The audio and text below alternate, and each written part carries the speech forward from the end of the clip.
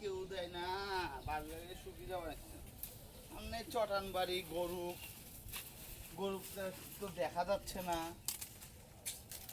গরুর জন্য তো খাদ্য নিয়ে যাই।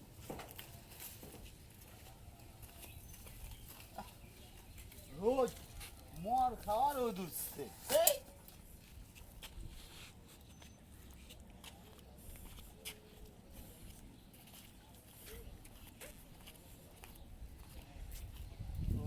এই যেমন নালু গরুটাকে এখানে বান্ধি থুইছে, নালু গুলু ভালো।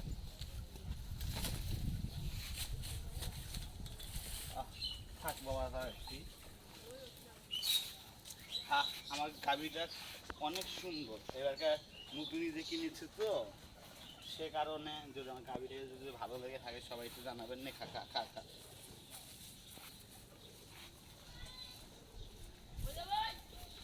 খা খা খা খা খা, তোর জন্য আনা হয়েছে, খা খা, ফেলাইস না, তোর জন্য আনা হয়েছে, খা।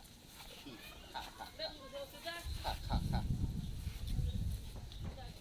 শুধু গাভী নয়, পশুই নয়, আমাদেরকে প্রতিটা মানুষকেই ভালোবাসতে হবে। কেননা তারা তো আমাদের মতো কথা বলতে পারে না, সে কারণে ওদেরকে এই রোদের মধ্যে তো আমরা ঠান্ডা খেয়ে পাই না, ওদেরকে বেশি বেশি পানি, পশু যারা রয়েছে তাদেরকে লতা পাতা, ভাতের মার ইত্যাদি দিয়ে ওদেরকে খাওয়াতে হবে। কেননা পশুদেরকে আমাদের ভালোবাসতে হবে, যে কোনো পাখি হোক পশু হোক। নালু দাঁড়া দাঁড়া দাঁড়া দাঁড়া দাঁড়া, আছে রে, আছে আছে, খা খা খা খা।